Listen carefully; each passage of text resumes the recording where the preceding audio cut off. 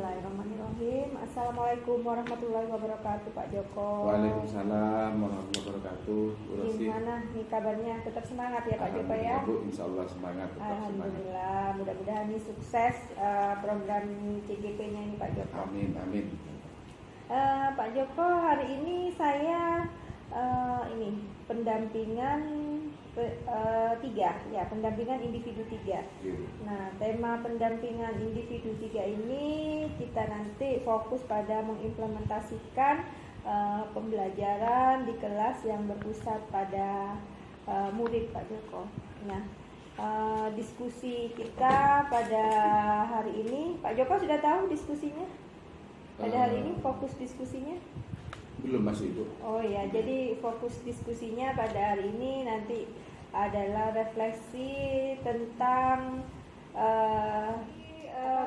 fokus pada pendampingan kita pada hari ini. Nanti kita akan berdiskusi tentang refleksi feedback 360 derajat dan penilaian diri sendiri Pak Joko. Dan nanti kita juga akan diskusi tentang bagja Pak Joko. Dan nanti juga di sini kita akan diskusi tentang rencana menerapkan pembelajaran sosial emosional. Itu fokus pendampingan diskusi pada pendampingan individu 3 pada hari ini Pak Joko. Ya. Nah Pak Joko, saya akan memastikan apa Pak Joko telah menginput instrumen lembar umpan balik pada LMS Pak Joko. Sudah, Ibu. Alhamdulillah ya. Kalau ada tugas segera ya Pak Joko ya. Nanti kalau ada tugas lagi akhirnya numpuk. Jadi kita bingung nanti mau mengerjakannya ini Pak Joko.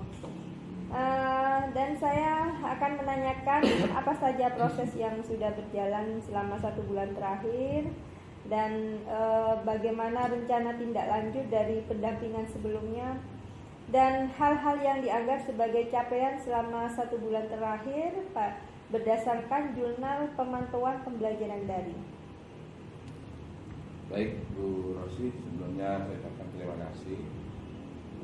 Seperti yang tadi Bu Rosi sampaikan, tentunya dalam 1 bulan terakhir ini tentunya banyak hal Bu yang sudah saya rasakan sebagai imbas dari program guru penggerak di sini.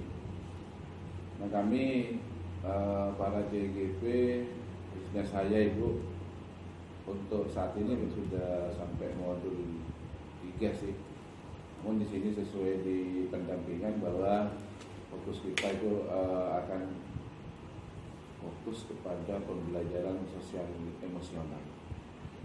Nah, pada pembelajaran sosial emosional Ibu, situ banyak hal yang sudah bisa saya terapkan di kelas, terutama kaitannya dengan pembelajaran di kelas itu yang tentunya seperti yang disampaikan pada modul 2.2 bahwasanya kita sebagai pendidik harus mampu menciptakan sebuah kondisi pembelajaran yang nyaman yang memang harus benar-benar berpihak kepada murid.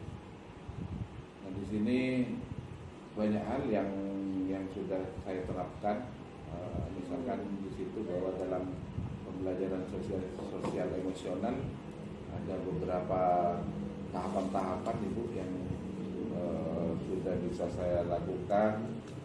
Seperti di situ bahwanya seorang guru itu harus memiliki kemampuan untuk manajemen diri, kemudian kesadaran diri. Nah, di sini beberapa keterampilan tersebut sudah saya implementasikan di dalam RPP saya. Terus selanjutnya saya praktekkan di kelas yang saya ajar. Demikian dulu. Terima kasih.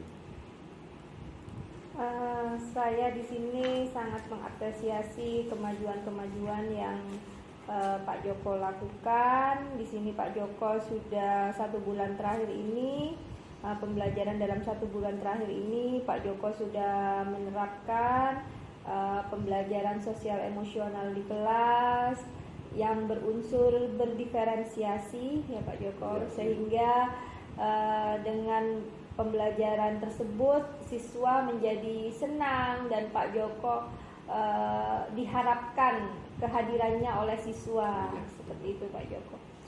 Dan siswa di sini tentunya motivasi siswa bertambah semangatnya untuk melaksanakan proses pembelajaran di kelas yang Pak Joko ajarkan di kelas, seperti itu. Baiklah Pak Joko, kita pada inti pendampingan kita akan diskusi selama 145 menit. Di sini kita akan berdiskusi mengenai refleksi hasil survei atau feedback 360 derajat dan penilaian sendiri tentang kompetensi guru penggerak. Di sini kita akan berdiskusi selama 45 menit. Mungkin saya akan memberikan waktu kepada Pak Joko. Mungkin Pak Joko akan membaca dan memahami ulang informasi dari hasil analisis yang telah dilakukan. Monggo jika ingin membaca dan memahami lebih lanjut.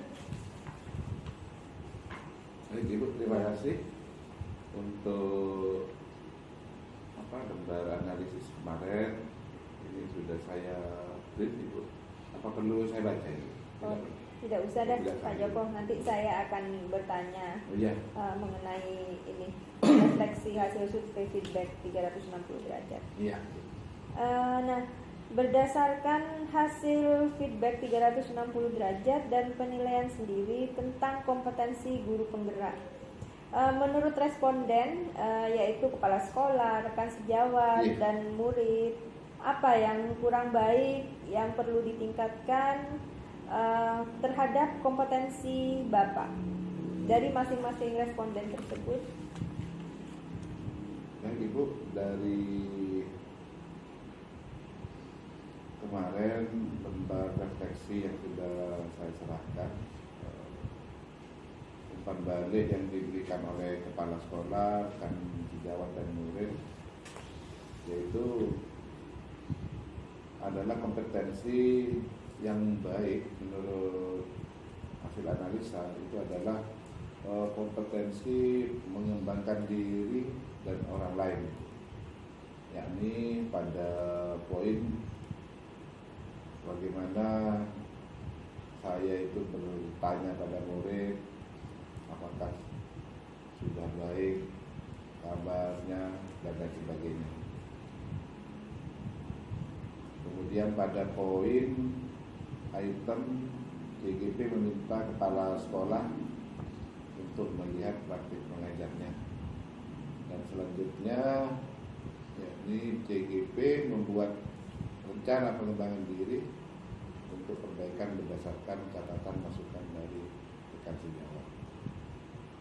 Kemudian JGP mencatat kelebihan dan kekurangan dalam praktik mengajar. Hal ini hal yang positif yang sudah diberikan atau balik dari para sekolah, rekan sejawat dan murid yang sudah diberikan. Terima kasih. Baiklah Pak Joko, saya lanjutkan kembali. Apa rencana Bapak ke depannya untuk dilakukan mengenai kompetensi guru penggerak yang harus Bapak miliki? Baik Ibu, seperti yang tertera pada modul 2.2 Ibu, bahwa seorang calon guru penggerak itu harus memiliki kompetensi. Jadi peran serta visi dan visi guru penggerak itu adalah bagaimana kita itu supaya melakukan pembelajaran yang berpihak kepada murid, kemudian kita harus mampu berkolaborasi, mandiri, kemudian reflektif.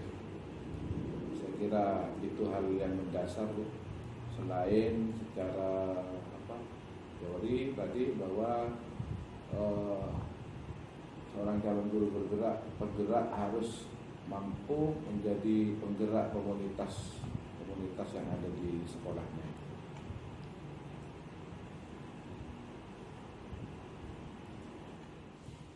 Baiklah Pak Joko, saya lanjutkan kembali. Siapa saja yang Bapak libatkan untuk meningkatkan kompetensi guru penggerak yang Bapak miliki? Baik Bu Rasid, terima kasih. Tentunya lagi-lagi Bu, saya menjawab berdasarkan pembelajaran yang sudah saya dapat dari modul, bahwasanya yang mampu mengubah diri kita itu ya hanya diri kita sendiri. Maka yang pertama yang saya lakukan dulu sih, saya harus percaya diri, memotivasi diri sendiri untuk selalu terus update melakukan perubahan. Baru setelah itu bergerak keluar dulu. Di sini yang saya libatkan untuk bagaimana kompetisi saya terus berkembang, terutama di guru penggerak. Di sini kepala sekolah yang menjadi utama biasanya, baik dalam hal kebijakan dan sebagainya, itu menjadi penentuan untuk kita itu melakukan pengembangan diri. Nah, kemudian tidak kalah penting juga adalah rekan sejawat atau rekan-rekan guru kita yang juga penting kita libatkan dalam pengembangan kompetensi kita sebagai guru penggerak. Karena tentunya kalau tidak ada rekan-rekan yang lain yang juga ikut mendukung, maka terutama dalam proses aplikasinya saya akan tersendat juga itu kalau tidak ada dukungan dari mereka. Dan yang terakhir ya tentunya dukungan keluarga Ibu, istri terutama yang restu istri. Iya Bu, saya kalau sudah istri habis sudah semuanya blank Bu, tidak ada dukungan. Kira demikian. Baiklah Pak Joko, kita lanjutkan kembali diskusi kita pada hari ini, yaitu mengenai rencana penerapan pembelajaran sosial emosional. Kita akan berdiskusi selama 45 menit Pak Joko. Nah, yang saya tanyakan di sini Pak Joko, apakah Bapak sudah mempelajari modul 2.2 dan apa yang dipelajari pada modul tersebut Pak Joko? Pembelajaran sosial emosional menurut saya itu pada modul 2.2 di situ intisari yang saya peroleh bagaimana seorang pendidik guru di sini dituntut harus memiliki keterampilan bagaimana dalam mengelola emosi kita itu. Karena bagaimanapun emosi kita itu sangat menentukan karena nanti akan terpancar pada raga kita. Jadi kalau di dalam itu tidak baik, tentunya ini akan keluarnya baik itu tindakan fisik itu pasti juga tidak baik. Karena itu dalam keterampilan sosial emosional seperti manajemen diri, kemudian bagaimana mengelola keterampilan berrelasi, ini sangat diperlukan itu sebagai seorang guru penggerak, calon guru penggerak. Kasih. Baiklah Pak Joko, saya lanjutkan kembali pertanyaan diskusi saya ini. Apakah Bapak sudah merencanakan pembelajaran sosial emosional yang akan diterapkan dalam kelas Bapak? Baik Bu, terima kasih. Tentunya setelah modul 2.2 itu, selain pada saat kita itu belajar modul 2.2 di situ sudah ada tugas-tugas dari fasilitator tentang membuat PP yang di dalam itu ada sisipan-sisipan keterampilan sosial emosional. Nah memang setelah saya pelajari itu Ibu, memang enak sekali itu kalau kita merencanakan sebuah pembelajaran itu ada sisipan-sisipan keterampilan sosial emosional. Contoh misalkan di situ pada saat kita mengajar kita sudah melihat kondisi siswa itu sudah entah itu ngantuk, loyo, atau bagaimana tidak kondusif menerima materi, maka di situ ada ilmunya itu di sosial emosional itu. Kita gunakan teori stop misalkan, stop di situ juga akronim itu. Di stop ya hentikan dulu prosesnya, kemudian kita lakukan tarik nafas di situ, diberi pemutaran lagu-lagu yang menenangkan. Jadi Setelah itu baru kita memulai pembelajaran lagi. Nah kemudian apakah sudah dilaksanakan? Ya Ibu, eman-eman menurut saya, karena tatkala kita dapat hal yang baru karena tidak diterapkan di pembelajaran, menurut saya eman. Jadi sebisa mungkin Ibu dalam setiap proses saya mengajar itu, meskipun mungkin tidak secara 100%, tapi sudah saya upayakan ada sisipan-sisipan di keterampilan sosial emosional. Jika sudah, seperti apa ini Pak Joko perencanaan yang sudah Bapak buat ini? Ya baik Ibu. Nah untuk rencana yang akan saya buat, kalau tidak saya akan merevisi seluruh RPP yang sudah saya miliki atau yang sudah saya buat Bu. Kalau dulu sebelumnya mungkin hanya RPP biasa. Satu lembar ya Pak Joko? Satu lembar. Saya kan guru kuno itu macam-macam Bu, mulai dari yang model 15 lembar punya itu. Jadi kalau pelatihan yang di modul 2.2 kemarin itu kan ternyata mudah, dari bimbingannya fasilitator juga dengan itu kan kita tinggal menyisipkan di dalam tanda kurung. Oh, di sini harus melakukan tindakan ini, kesadaran diri, ini manajemen diri. Jadi tinggal menyisipkan saja. Jadi tidak terlalu berat bagi saya. Diintegrasikan ya Pak Joko ya? dengan materinya seperti itu. Apa harapan Bapak setelah menerapkan pembelajaran sosial emosional di kelas yang Bapak ampuh? Ya Bu, terima kasih. Tentunya harapan saya Ibu, karena tujuan utama dari pembelajaran sosial emosional itu ujung-ujungnya atau endingnya itu tetap keberpihakan pada murid. Jadi harapan saya murid itu benar-benar mengikuti pelajaran di kelas itu terasa gitu. Sehingga tujuan kita, biasanya tujuan semua guru untuk menjadi seorang guru yang kehadirannya itu benar-benar dirindukan oleh muridnya, itu bisa tercapai oleh saya. Baiklah Pak Joko, saya lanjutkan kembali diskusi pada pendampingan hari ini, yaitu tentang keterlaksanaan tahapan bagja. Kita akan berdiskusi selama 60 menit. Nah, di sini berkaitan pada hasil lokakarya 2. Di sini Bapak sudah tentunya menggali informasi. Nah, di sini nanti kita akan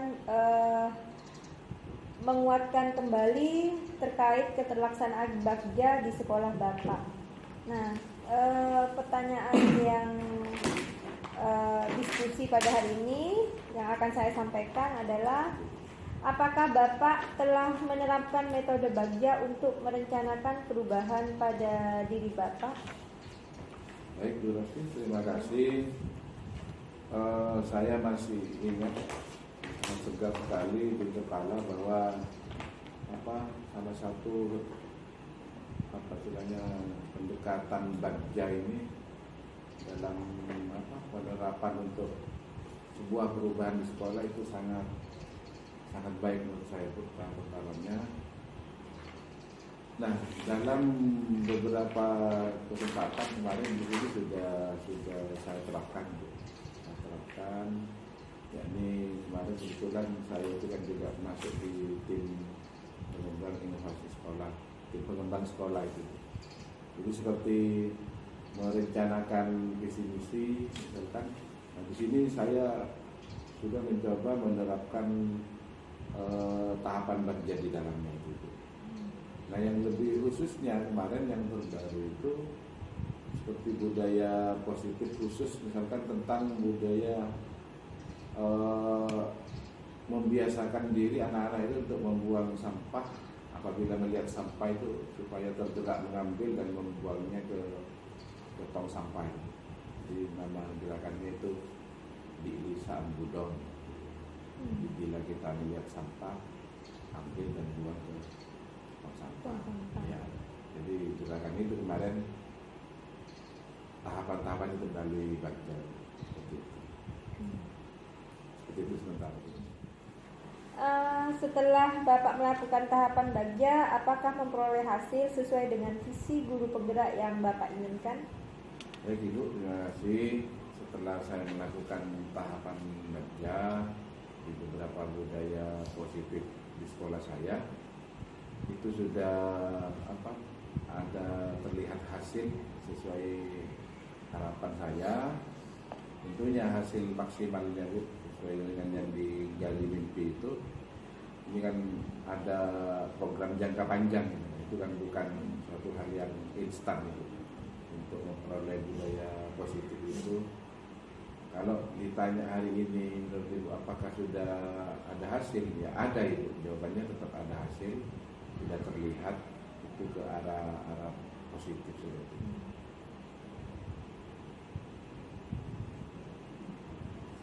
Apakah tantangan yang Bapak hadapi dalam menerapkan tahapan bagja untuk mencapai visi?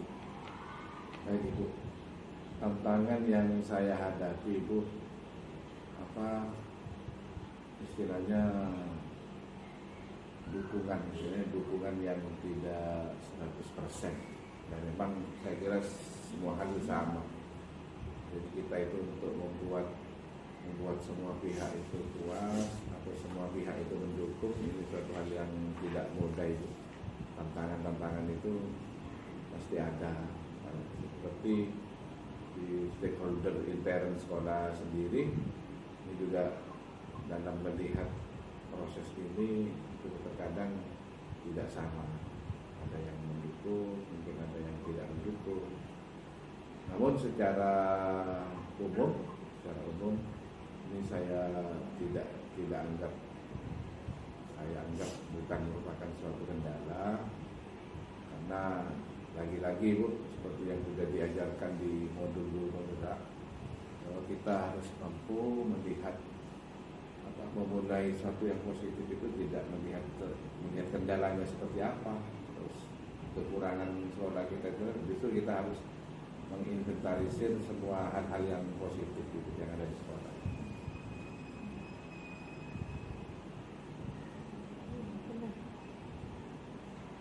Apa yang perlu Bapak perbaiki ke depannya terkait dengan pelaksanaan tahapan bagja untuk perubahan diri Bapak sehingga bisa mencapai visi yang telah dirumuskan?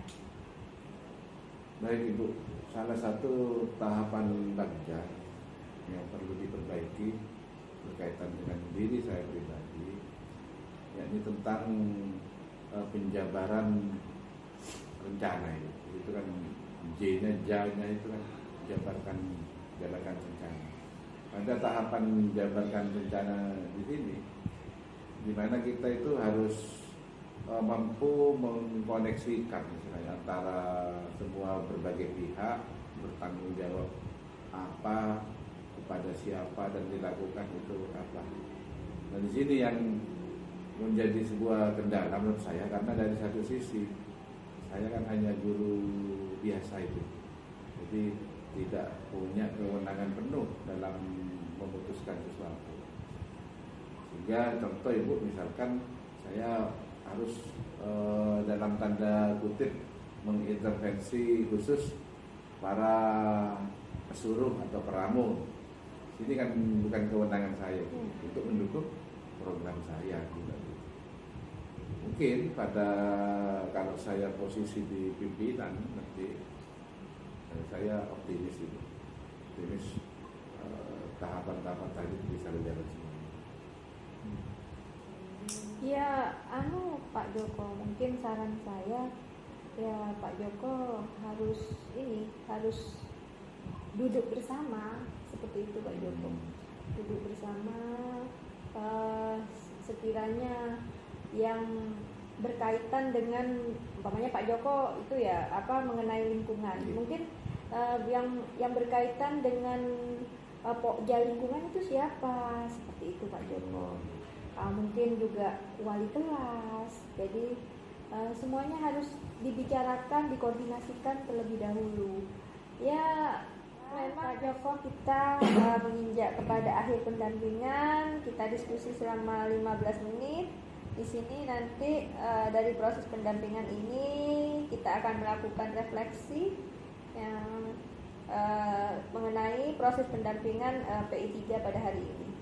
Nah, apa hal yang paling menarik yang Bapak dapatkan setelah proses kegiatan pendampingan hari ini? Dan apa yang membuat hal tersebut menarik menurut Bapak? Ya, baik Bu Rosi, terima kasih. Cukup panjang bimbingan dan diskusi Bu Rosi mulai dari awal sampai akhir ini Bu. Tadi banyak hal sebenarnya yang cukup menarik diskusi saya bersama Bu Rosi. Tadi banyak masukan-masukan, terutama tadi yang terakhir saya sangat berkesan tadi itu, yakni tentang bagaimana ternyata dalam sebuah cita-cita untuk budaya positif, tentang kendala tadi yang terakhir itu masukan Bu Rosi cukup luar biasa saya kira, dan memang nyata itu. Jadi tentang saya itu tidak pernah katakanlah duduk bersama dengan yang dalam kacamata kita mungkin anggaplah itu masyarakat atau orang-orang lapisan bawah, dan itu menjadi kunci bahwa kita tidak harus hanya duduk bersama kepala sekolah, rekan sejawat, kita orang-orang bawah tadi yang menjadi komunitas di sekolah ini juga itu perlu diajak duduk bersama. Jadi itu mungkin sekaligus refleksi Bu Rosi untuk diri saya untuk memperbaiki diri atas kekurangan. Terima kasih. Apa yang sudah baik dan yang perlu diperbaiki dari pendampingan di kegiatan pendampingan berikutnya? Betul. Ya Ibu, terima kasih. Saya kira pendampingan individu dari awal dari 1, 2 semua sudah baik Ibu, sudah berjalan dengan baik.